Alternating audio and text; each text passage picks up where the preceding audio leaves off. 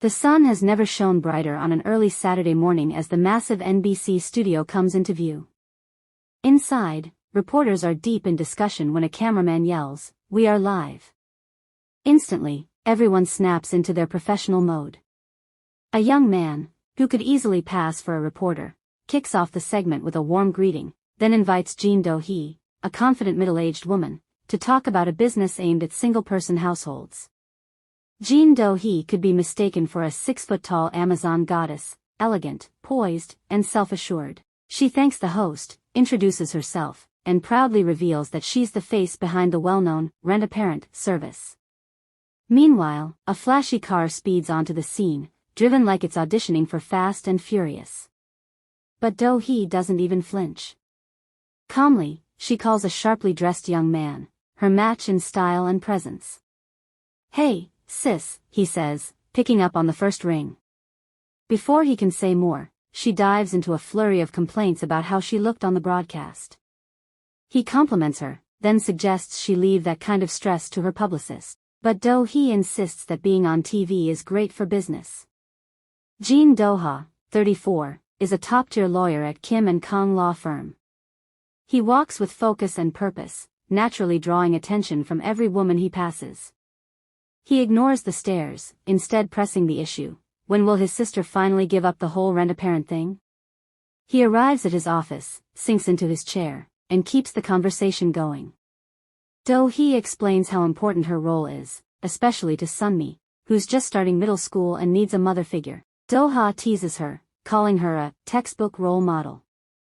Still, he tells her to call if she ever needs help. She seizes the chance instantly, asking for a favor. His face falls with an exaggerated sigh. As usual, Doha's elegance turns heads, and someone nearby, maybe a fan, asks about her glamorous look. But she barely reacts, too busy pleading with her baby brother. She wants him to step in as a helper, just for a bit, since she's heading to Hong Kong for a vacation. Doha gasps in disbelief, but 44-year-old Doha, proud housekeeper and face of Rent-A-Parent, knows she can count on him. The scene shifts to a sleek yet simply designed apartment. But what really grabs attention is Doha, stepping out of a steamy bathroom. Dripping wet, with hair falling over part of his face, he could easily be mistaken for a Greek god or a Christian Dior model. As he pours himself a glass of water, he sighs, already regretting agreeing to Doha's favor, one he knows will come with stress. He pictures her "pity me" face and shakes his head. Still, he doesn't waste time and heads to his destination, Wonsung Apartments, which turns out to be much closer than he expected. As he walks in, he mentally runs through all the details Doha gave him about the client and the personal lives of the workers involved. Outside the client's door, he mutters a quick prayer about surviving this job, then presses the doorbell. But before the chime even fades, something unexpected happens. A brown dog darts toward him and crashes into his legs before he can react. "Mamang," a woman calls out, chasing after the pup. But it's too late, the little dog is already all over Doha, sniffing and licking his stunned face like he's an old friend. A red-haired woman rushes over and scoops up Mamang, apologizing for the chaos. Doha, now even wetter and slightly annoyed, brushes himself off. She introduces herself as Wonyi and adds with a smile that her name is easy to remember. It's spelled the same forwards and backwards. She invites him inside, carrying Mamang with her. As they settle in, Wonyi starts talking about a previous arrangement with someone named Sharon Stone, a name that makes Doha visibly uncomfortable. He quickly dismisses the thought and focuses on the task ahead. Moments later, he's fully dressed for the role, in a cute kitty print apron and matching scarf, looking like anything but a top lawyer. He asks what meal he should start with, but Wonyi, completely ignoring the question, shifts to something else entirely. She wants to know his nickname. Apparently, nicknames are a thing here, just like his sister mentioned. He takes a second to think, then finally offers one. But before he can explain, Wonyi excitedly cuts in, asking if it's an American name. "Qin Shi Huang," Doha blurts out in frustration. What happens next is unexpected. Wonyi bursts into laughter, nearly doubling over. When she finally calms down, she apologizes between chuckles. Still, she pushes again, asking what she should actually call him. He sighs and mutters, whatever, clearly not in the mood for her antics. While Doha wonders where on earth that name even came from, Wonyi offers to make him some iced tea. He politely declines, saying he'd rather finish the cooking first. Suddenly, she becomes curious about his height, stepping way too close to compare. He instantly flinches, pulling back with body language that screams personal space, please. She steps away but raises an eyebrow, asking if he's aware that Do-hee said the ingredients would be late, thanks to her last-minute call. Doha decides to clean up in the meantime, but Wonyi quickly announces she already cleaned the apartment before he arrived. That sets off a flicker of irritation in him. Meanwhile, Mamang tries to chew on a plant, and Wonyi rushes to stop the dog. Just as she does, Doha throws out the question, "Why did you call a helper?" Wonyi pauses, looking for the right excuse. She tilts her head and makes an innocent kitten face. Doha sighs and smacks his forehead, clearly annoyed at all he went through to get here, only to realize she doesn't seem to need any help. Mamang growls, clearly picking up on Doha's frustration. Wonyi tries to calm the pup, handing him a succulent leaf to nibble on. She then turns back to Doha and asks if he's okay with being called Mr. Chin. That only earns her an eye roll and a half-hearted shrug. He's too irritated to care. But Wonyi, completely missing the mood, continues the conversation, teasingly asking why she should call him Mr. if he's a single dad. Her cheeks flush a warm cherry red, and for a second, the tension shifts, the air heats up, something is brewing.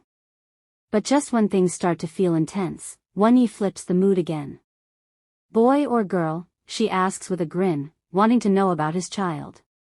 Doha is stunned by how fast she shifts the tone, but he answers. Before he can say more, a knock at the door interrupts, and Mamang starts barking wildly at whoever's outside. Wonyi tries to quiet him down, but Mamang is relentless. Doha steps in and heads for the door. Just as he opens it, a voice calls out, "Daddy!" A cute blonde girl flings herself at him, hugging him tight. She looks like she could be in high school, and the surprise on his face says it all. As the girl clings to him, Doha leans down and whispers, asking why she just called him Dad. She whispers back with a cheeky grin, saying it's to scare off any women who might try to flirt with him. Wonyi watches, wide-eyed, clearly caught off guard. The two play along, and Doha smoothly fits into the role. Wonyi, with her sparkling eyes, is completely taken by the act. "You two are so cute together," she gushes, totally charmed. "Sunmi." Doha calls out, addressing the blonde girl. He starts to explain that he's just filling in for her mom, but Sunmi cuts him off sharply. "Just do your job and leave," she snaps, arms crossed. Their moment is interrupted when Wonyi, unable to hold back her curiosity, jumps in. "So, what's your relationship?" she asks, raising an eyebrow. She gestures to welcome Sunmi inside, but the girl, now climbing all over Doha like a tree, shoots the redhead a cold look. "No thanks," Sunmi replies, claiming her imaginary mom is waiting downstairs. Confused, Wonyi repeats the word "mom" under her breath. But before things can spiral, Sunmi quickly reads the mood and throws in a wild announcement, "My parents are getting remarried again." Wonyi gasps in surprise, clearly not expecting that twist. Meanwhile, Sunmi sends a dagger-eyed glare at her acting dad just as he lowers her back to the ground. She holds the look a bit longer, then points her finger at him with a warning, "Be back home early." "I'm watching you." Doha is left blinking, trying to figure out what just happened. Is this what puberty looks like? He wonders. Torn between texting Do-hee and getting dinner ready, he ends up choosing the kitchen. He grabs the bag Sunmi brought and begins unpacking. Still, Wonyi isn't done asking questions. Her eyes follow him, full of curiosity. "So, your ex-wife?" "Not Korean?" she asks, eyeing Sunmi's blonde hair and striking green eyes. Doha rolls his eyes but admits, "Yeah. She's half Korean." "I knew it." Wonyi gasps, practically glowing. Her cheeks turn a soft pink as she beams with joy. Then, getting a little sentimental, she adds, watching you too, it was kind of beautiful. Like a real family. She sighs and picks up a pink-covered book, flipping it open.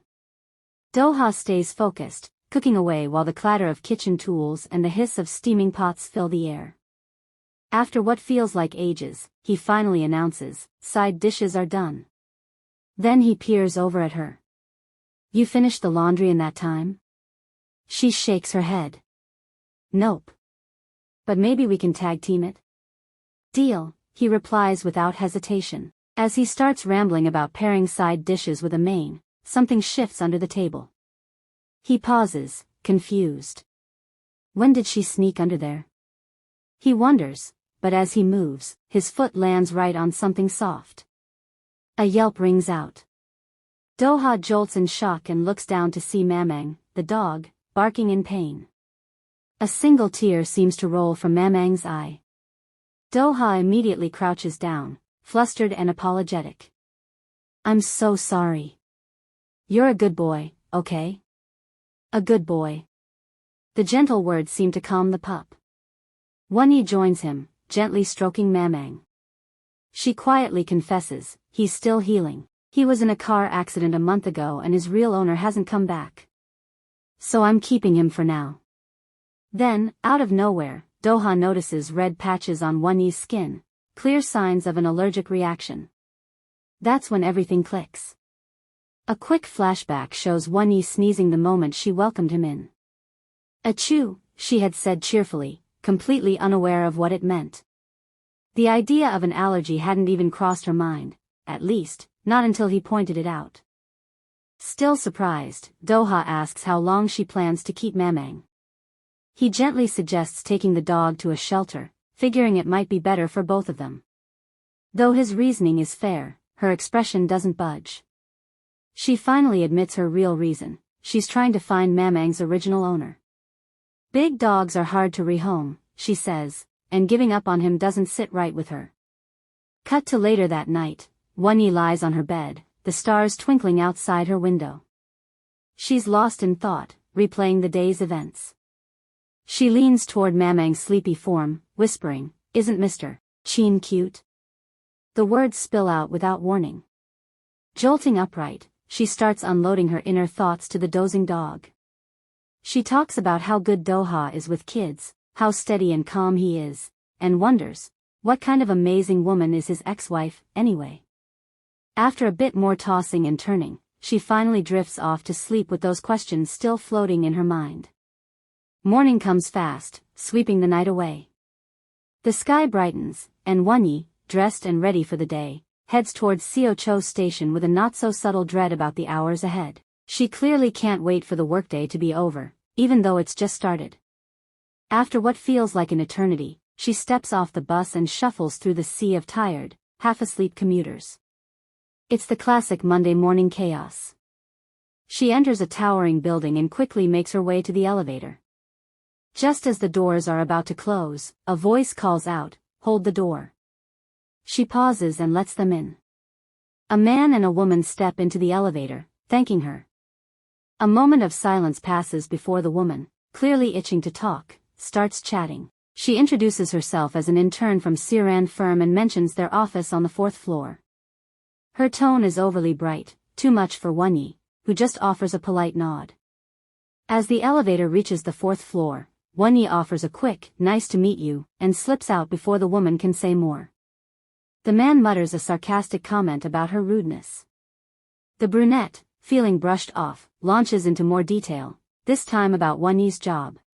The guy brings up a nickname, Android 8. Curious, he asks what that's about, and the brunette is thrilled to explain. Apparently, Wonyi earned that nickname for her robotic, emotionless demeanor. The guy agrees with a snort, but she doesn't stop there. Her words get a little sharper. She claims Wonyi isn't all that special, passing the bar doesn't make her some kind of genius. Moments later, our female lead is settled in the office beside her boss, but she barely gets a moment to breathe before a knock at the door announces someone in the waiting room, her sister. Her jaw nearly drops. Shock doesn't even begin to cover the look on her face. She quickly excuses herself and heads out, already dreading the encounter. With slow, Steady breaths like she's bracing for battle, she silently counts. 1, 2, 3, then bursts into the room. She yells at her sister without restraint, hurling question after question. How did she find her? Why is she here? And then, guess what happens? Her ever-calm, always irritating sister casually blows dust off her freshly filed nails, looks up, and accuses her of hiding away in a law firm. She stares at her with disbelief, commenting on her haircut and poking fun at the glasses Wonyi's wearing, especially since she knows her sister has perfect vision. Wonyi, losing patience with her rambling, snaps and tells her to just say why she's here. But at this point, we're as tired of the sister as Wonyi is. The sister groans, "Your office is so depressing." Wonyi, now sounding more serious, tells her to stop stalling. "I need 4 million won," her sister blurts. That hits like a truck. Wonyi screams, "What?" Her dramatic sister launches into a monologue about signing up for an acting class, demanding the money immediately, as if that's a normal request. Wonyi can barely process the absurdity. But then it gets worse. Her sister drops a bomb. Sang-hyuk is back in Korea. The name alone makes Wonyi flinch, just slightly. Caught off guard, Wonyi stares. Her sister continues, saying Sang-hyuk is looking for her and wondering aloud if she should just tell him where she is. She fans herself dramatically, clearly trying to get under her sister's skin. Wonyi's thoughts spiral. What if he really finds her workplace? What then? But she doesn't get long to think. Her sister interrupts again, whining about how much she misses their brother. The woman in the suit, still calm, tells her to cool off by tying her hair up. But suddenly, she lunges forward, grabbing her and desperately demanding the money. Wonyi pulls back and yells at her to stop using Sang-hyuk as a scare tactic. She's not giving in. The actress grows even more furious. She stomps her feet wildly, loud enough to catch the attention of a few workers nearby. Realizing she's attracting too much attention, she quickly shifts into a calm, solemn mode. Wonyi doesn't let it slide. She reminds her just how easy it would be for Sang-hyuk to find her, especially since her sister managed to. With a firm voice, she tells her to leave and never show up at her office again. As night falls, our female lead walks into the Woonsung building, mumbling about how tired she is. Her phone rings, Rent-A-Parent Mobile flashes on the screen. She picks up immediately. The caller introduces herself as Sharon Stone and explains that she'll have to send a substitute for the next few weeks due to unforeseen circumstances. The call ends right as Wonyi arrives at her apartment. The moment she opens the door, her face lights up at the sight of Mamang. She rushes to him, and he runs toward her too. They fall into a happy tangle of hugs, licks, and laughter. Giggling, she asks him what he's been up to. But suddenly, a loud achoo escapes her. She apologizes to the dog, wishing she wasn't allergic, then groans about how hungry she is. Dragging herself to the fridge, she opens it to find, well, almost nothing. But there, sitting quietly, is a pot of leftovers. She remembers Doha mentioning it and grabs the pot like it's a treasure, silently begging that the food hasn't gone bad. Minutes later, she's devouring it with joy, already falling in love with whoever made it. Mamang joins her for a share, and she happily feeds him too. Between bites, she whispers her wish, if only Doha was the substitute. She clearly has a soft spot for handsome men. Finishing the food in silence, she heads to the shower. Now in her pajamas and ready for bed, she complains about how sticky and sweaty she feels. She considers turning on the air conditioner but quickly drops the idea. Debts don't pay themselves. Lying in bed, her mind drifts back to the office earlier that day. She recalls her sister's visit, the heated argument, and the promise she made. She agreed to lend the money, but only if her sister keeps Sang-hyuk far away for a full year. She even made her sign a loan agreement, just in case. 1 year of peace. That's all she wants. She doesn't want to see Sang-hyuk ever again. Cut to the next scene, and we're not even surprised to spot a familiar outfit. The actress from earlier is dancing around, singing about being a lucky girl. And who wouldn't, after getting 4 million won? But wait, her victory is short-lived. A voice interrupts her, sharp and direct. A young man with similar colored hair steps in. She keeps singing, already knowing who it is, but stops when he shouts, Kim Jun-hee. Then he demands to know where she's headed. Want to know what happens next? Drop a comment, and don't forget to like, share and subscribe. See you in the next one.